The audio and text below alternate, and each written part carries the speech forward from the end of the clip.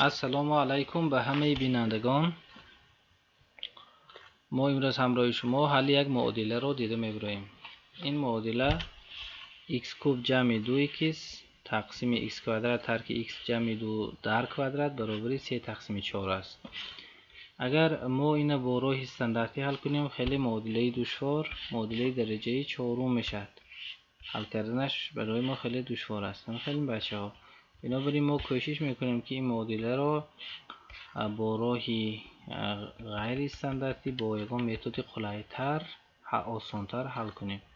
برای این ما صورت و مخرج کسر را به x کوادرات تقسیم میکنیم. به x کوادرات هم صورت و هم مخرج کسر را. لیکن اینجا باید ایضاح تیم که x ما باید که نابرابری 0 باشد، چون که به 0 تقسیم کردن ممکن نیست. بچه‌ها، اکنون وقتی که تقسیم میکنیم اعضا به اعضا صورتی کسرها رو به مخرج چی حاصل میکنیم؟ x کوب تقسیم x کوادرات به x 2x تقسیم x کوادرات به 2 تقسیم x برابر میشه اینجا.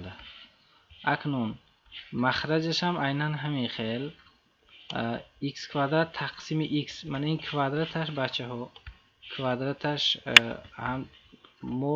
هم سرعت و هم مخرج در یک قوس در نشان دهنده 2، یعنی همچون کوادرات می نویسیم. بنابراین هر یک این صورت به خود x تقسیم کردن ما لازم میشد، به خود چیز x تقسیم کردن ما لازم میشد بچه‌ها. این چند میشد؟ x کوادرات تقسیم x به خود x برابر مینوس x تقسیم x به مینوس 1 و 2 تقسیم x به پلوس 2 تقسیم x برابر. حالا که شما پیخست نمودید که مقصد از این کاری کرده ما چی است، ما اینجا بچه‌ها تغییر یابنده نحو می‌داریم تا اینکه معادله درجه پایان تر بفراریم. این تغییر یابنده نحو ما x جمع 2 تقسیم x است. ما x جمع 2 تقسیم x را به m همچون m گزارش میکنیم. آنگاه میشود m تقسیم m ترک 1 در کوادرات برابر 3 تقسیم 4 که معادله خیلی آسان است. وقتی شما این معادله را ساده میکنید به معادله کوادراتی عادی ترین میبیایید.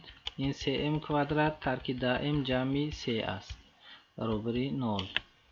اکنون وقتی این معادله را حل میکنید دو ریشه داشته است.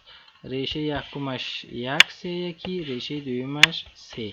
هر دوی این قیمت ها رو به بالانگی گزارش ما آورده میمونیم. یعنی و گزارش ما چی بود؟